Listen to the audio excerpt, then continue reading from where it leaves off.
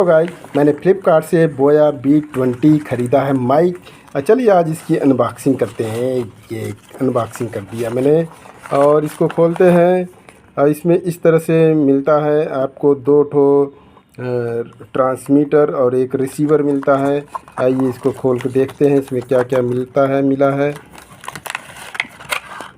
ये इस तरह से मिलता है आपको। दो केबल मिलते हैं जो कि चार्जिंग करने के लिए रहते हैं। एक मैनुअल मिलता है कागज़ के रूप में जो कि आपको सेटिंग में कुछ हेल्प करेगा। और ये इस तरह से मिलते हैं बोया के। दो माइक मिलते हैं और एक ट्रांसमीटर मिलता है। तो हम एक माइक निकाल लेते हैं और इस पर लिखा हुआ बोया लिखा रहता है। और यहाँ पर दो ठो प्लग बने हुए हैं। एक प्लग है आपका ऑन ऑफ करने, जैसे मैं इसको अगर दबाता हूँ यहाँ से, ये बटन है, इसको दबाता हूँ तो ये ऑन हो जाएगा। ये आपको दिख रहा है कि ये अब वर्किंग पोजीशन में आ गया है।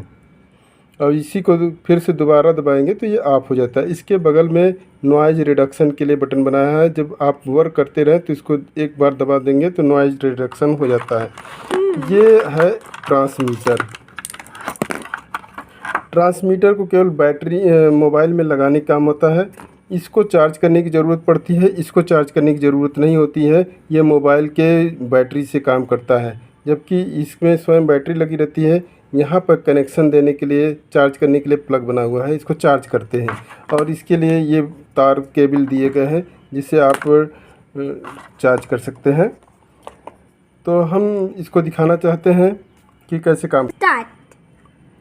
तो अब हम इसको मोबाइल में लगाना सीखेंगे। इसको कैसे मोबाइल में लगाते हैं। मोबाइल में लगाते ही सीधा वर्क नहीं करता, बल्कि इसको जब लगाते हैं तो OTG ऑन करना पड़ता है। अगर आप OTG नहीं ऑन करते हैं तो ये काम नहीं करेगा। जैसे मैंने इसको लगा दिया, यहाँ पर एक बल्ब जलना चाहिए परंतु ये बल्ब नहीं जल रहा है। अब आप परेशान होंगे कि ये काम नहीं कर रहा है, कि वास्तव में ये सही है, काम करेगा जब आप इसकी सेटिंग में जाकर OTG को ऑन करेंगे।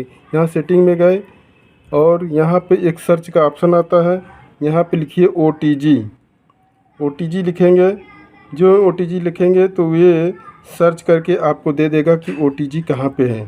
जो ही OTG पे जाएंगे तो आप OTG को यहाँ पर से आ रहा है, इसी को ऑन कर देंगे। जो ही ऑन करेंगे तो यहाँ पर ये वर्क करने लगेगा, बल्ब जलने लगेगा।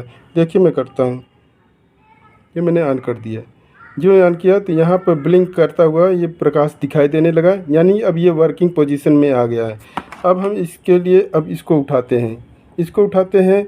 इसमें जब बटन लगाते हैं तो अभी हम इसको बंद कर देते हैं। इसको अभी हम निकाल देते हैं। अब इसको ऑन करके दिखाते हैं। ये मैं इसको ऑन कर देता हूँ। इसको, ये अब वर्किंग पोजीशन में आ गया। जब तक ये वर्किंग पोजीशन में केवल ऑन हुआ है, अभी काम नहीं कर रहा है।